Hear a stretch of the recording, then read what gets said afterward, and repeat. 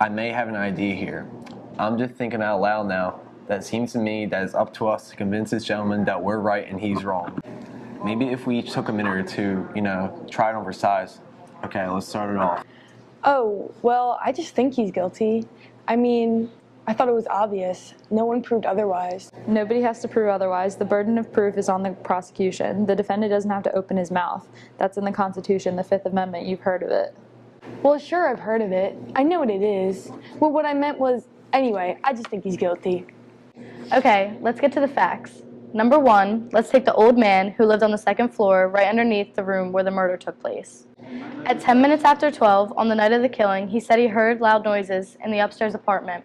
He said it sounded like a fight. Then he heard the kid say to his father, "I'm going to kill you." A second later, he heard a body falling, and he ran to the door of his apartment, looked out, and saw the kid running down the stairs and out of the house. Then they called the police, and they found his father with a knife in his chest. And the coroner fixed the time of death around midnight. Now what else do you want? That's right. Did you hear that? You're absolutely right. Look, what about the woman across the street? If her testimony doesn't prove it, nothing does. Just a minute. Here's a woman lying in bed who can't sleep. It's hot, you know? Anyway, she looks across the street and sees the kid stick the knife to his father. She's known the kid his whole life.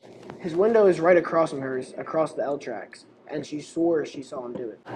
Through the windows of a passing elevated train. Okay, and they proved in court that you can look through the window of a passing L train and see what's happening on the other side. They proved it.